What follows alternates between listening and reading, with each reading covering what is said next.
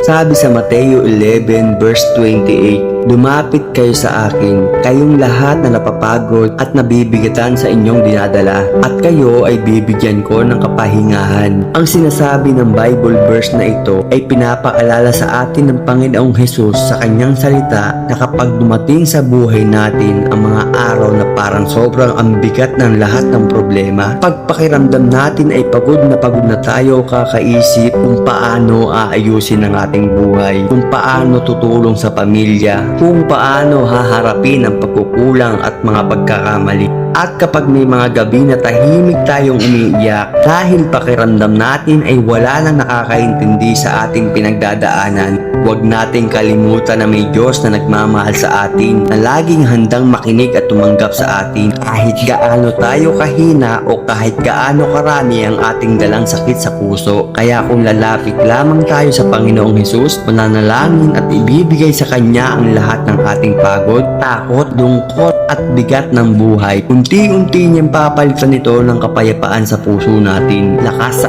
araw-araw at pag-asa na magpapaalala sa atin na may magandang plano ang Diyos sa ating buhay. At kahit mabagal ang pag-ayos ng mga bagay, hindi niya tayo iiwan, hindi niya tayo pababayaan, at patuloy niya tayong aalalayan hanggang sa dumating ang araw na makita na natin ang lahat ng hirap ng ating pinagdadaanan ay ginamit niya upang tayo ay patatagin, palapitin sa Kanya at iparamdam na ang Kanyang pagmamahal ay totoo, buhay at hindi kailanman mawawala.